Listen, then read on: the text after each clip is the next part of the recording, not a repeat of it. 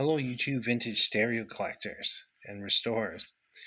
I'm just sitting in a more comfortable chair than I usually am, but this is the library area. I would like to talk about a couple things today. One of them is YouTube deleting or not posting comments.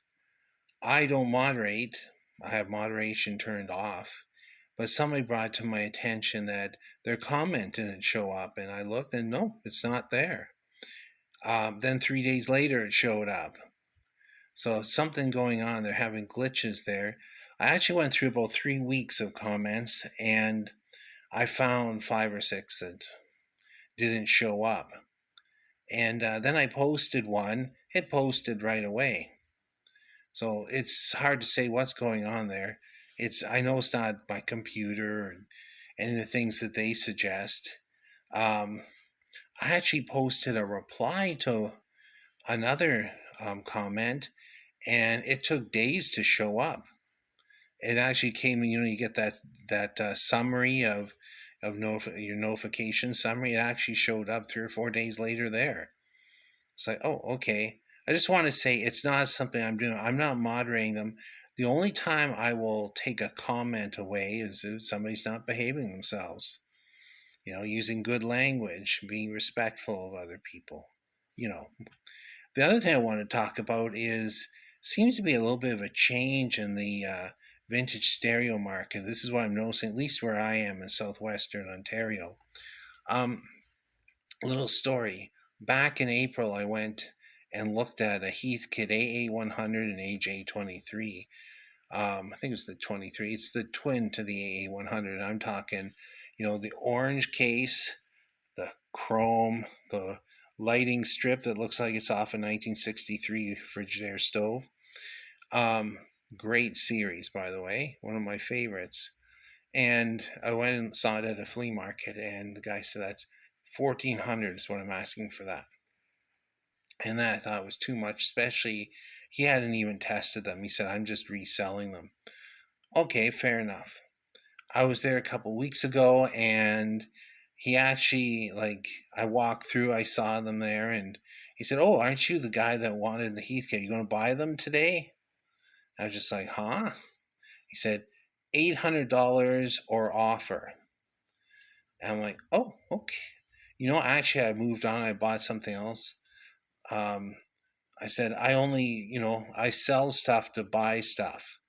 And I've kind of spent my budget on some other things. Maybe another day, sorry. And I'm just like, wow. But that is one case. But here's the other thing I'm seeing. Every day I look at ads, whether it's in Kijiji or Facebook Marketplace. I even look at a UW Facebook page where they have stuff like that. And here's what I'm noticing. The stuff that sells, the hot items. Okay, let's take let's say a Sensui AU717. This is one I've been following for a while. And the matching tuner, TU717, which is an awesome tuner. And it's been for sale for months, since the spring.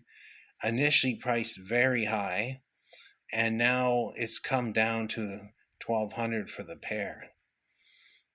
I think they're maybe worth it at that price. I don't know what it says that they work. It says they're cosmetically nice.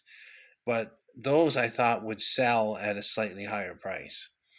Some of the really hot brands, like Marantz, which is one that always comes up, right?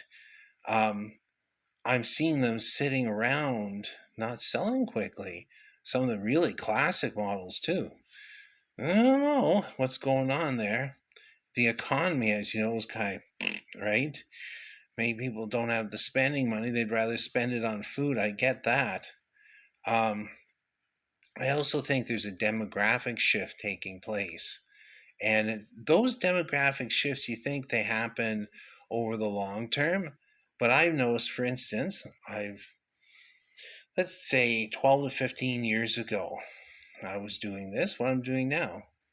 And only I was concentrating more on vintage tube radios. And, the stuff, let's say 30s, 40s, 50s. Some of the colored plastic ones from later on, the atomic age ones. and there just seemed to be a hot market. I remember the Philco 38-12, which is a small wooden table radio from 1938. I found several of those and restored them, and they were going around 350 US a piece restored.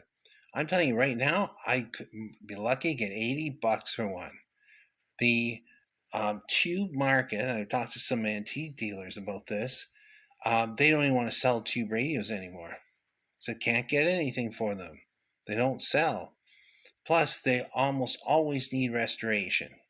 Occasionally, I go and I see some really high priced, beautifully restored radios. Obviously, a lot of time, money went into them.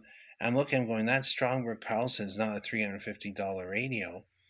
It is now maybe a $50 radio. Sorry to say it, but I also saw the same kind of thing happen with antique clocks, especially the Pegnut clocks in Ontario. They just started going down, down, down. You think you saw there's a bottom, for price, and then they're going lower. And the demographic, just like flicking of a switch, changed almost overnight. So I don't think that's exactly the thing with stereo equipment. I think it's more economy, but it is nice to get some deals. But then if you're going to spend a few bucks restoring them, make them work nicely, you'd like to get that back and your purchase price and a few hours worth of labor. Anyway, just wonder if anybody's seeing that where they live. I'm noticing stereo shops that specialized in vintage gear are kind of making a shift, and they're introducing new products, kind of boutique type of audio. That's a trend at a place in town here, and some of the ones that I follow. And I mean, you have to make a living. You need to sell product, especially when you can't get enough audio technicians to keep the shop going. It's tough. Like, um, people said to me, "Why don't you get an apprentice?" And nobody seems interested in doing it because I don't think they see the long term reward or the interest. I don't know. All things for discussion. Let's see what kind of comments roll in. Thanks for watching and listening.